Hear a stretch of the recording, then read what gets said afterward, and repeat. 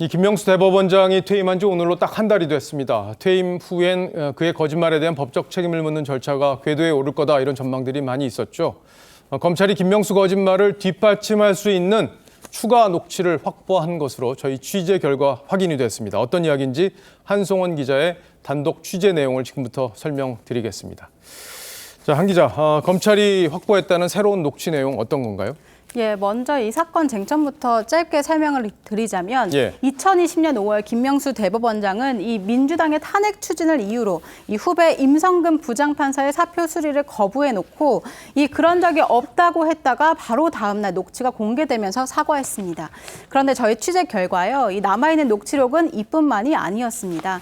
당시 임 부장판사가 김 대법원장 면담을 끝내고 이 김인겸 법원행정처 차장을 찾아서 김명수 대법원장과의 이 대화 내용을 설명했는데 그 내용 역시 녹취 증거로 남아 있었습니다. 검찰은 이 녹취를 확보하고 김 부장판사를 불러서 직접 추궁했습니다. 예, 그러니까 김인겸, 임성근 두 사람 간의 녹취가 또 나왔다 이런 건데 이 내용이 어떤 건지가 중요하겠어요.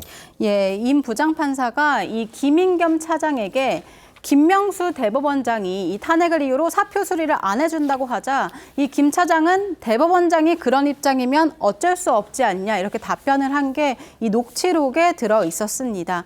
그동안 김 차장은 이 공식 석상에서 당시 임 부장판사와의 면담 내용이 이 기억이 안 난다고 해명해 왔는데 국감 때 발언부터 한번 들어보시죠. 대법원장 면담하고 난 후에 차를 한잔 마시면서 대법원장이 탄핵 운운하면서 사표를 못 받겠다고 한다. 이렇게 말했다고 하거든요. 저는 그런 취지의 말은 들은 기억이 없습니다.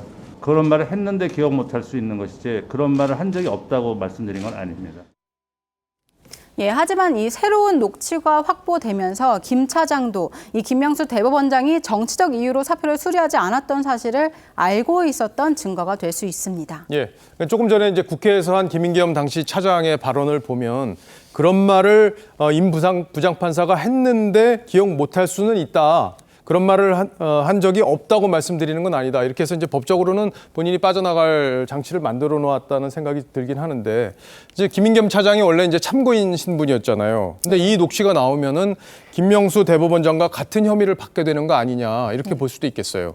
예, 맞습니다. 그래서 검찰은요, 이 김 차장에 대해 서면 조사, 방문 조사, 그리고 이 소환 조사까지 이미 3차례나 조사했고, 지난 7월에 마지막 조사 때 김 차장에게 새로운 녹취를 제시했습니다. 이 무엇보다 김 차장은 이 국회에 기억이 안 난다는 김명수 대법원장의 허위 답변서를 작성한 최종 결재권자이기도 합니다. 그래서 이 사표를 수리하지 않은 직권남용 혐의에 더해서 이 허위 공문서 작성 혐의까지 받는 피의자 신분이 됐습니다. 예. 김인겸 차장은 자신의 혐의에 대해서는 어떤 입장이에요? 예, 검찰은 이 임성근 부장판사가 이 김인겸 차장에게 사표를 제출했기 때문에 이 수리하지 않은 법적 책임이 직접적으로 있을 수 있다 이렇게 보고 있지만 김 차장은 수리하지 않은 것은 김명수 대법원장이지 내가 아니다라는 입장입니다. 이 직권남용 혐의 자체가 적용이 안 된다는 입장인데요. 또 이 허위 공문서 작성 의혹에 대해서도 김 대법원장이 말해준 대로 답변했다 이렇게 혐의를 부인하고 있습니다. 결국 자신은 이 김명수 대법원장의 지시를 받아 처리한 실무자일 뿐이라는 주장입니다. 예, 결국엔 얘기를 다 들어보면 김명수 대법원장의 판단에 따라서 모든 게 처리가 됐다 이런 걸로 볼 수 있을 텐데 김명수 대법원장은 소환한다는 얘기는 계속 있는데 금방 소환이 안 되니까 언제 되는 건지 궁금해하시는 분들도 많더라고요. 예, 중앙지검은 최대한 빨리 김 대법원장을 부른다는 계획입니다. 다만 수사팀이 한 달 전에 교체돼서 이 자료 검토가 끝나는 대로 소환할 것으로 보입니다.